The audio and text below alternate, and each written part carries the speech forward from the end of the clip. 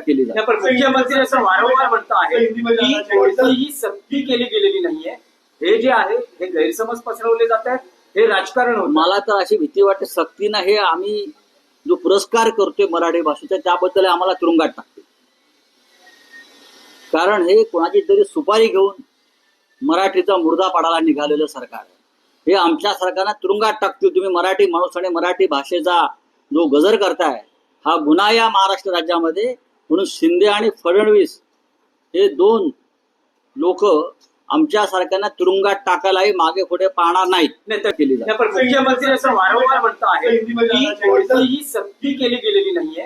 हे जे आहे हे गैरसमज पसरवले जात आहेत, हे राजकारण होतं. मला तर अशी भीती वाटते सक्तीनं हे आम्ही जो पुरस्कार करतोय मराठी भाषेचा त्याबद्दल आम्हाला तुरुंगात टाकते. कारण हे कोणाची तरी सुपारी घेऊन मराठीचा मुर्दा पाडायला निघालेलं सरकार आहे. हे आमच्या सरकारला तुरुंगात टाकतील. तुम्ही मराठी माणूस आणि मराठी भाषेचा जो गजर करताय हा गुन्हा या महाराष्ट्र राज्यामध्ये. म्हणून शिंदे आणि फडणवीस हे दोन लोक आमच्या सरकारला तुरुंगात टाकायलाही मागे पुढे पाहणार नाहीत.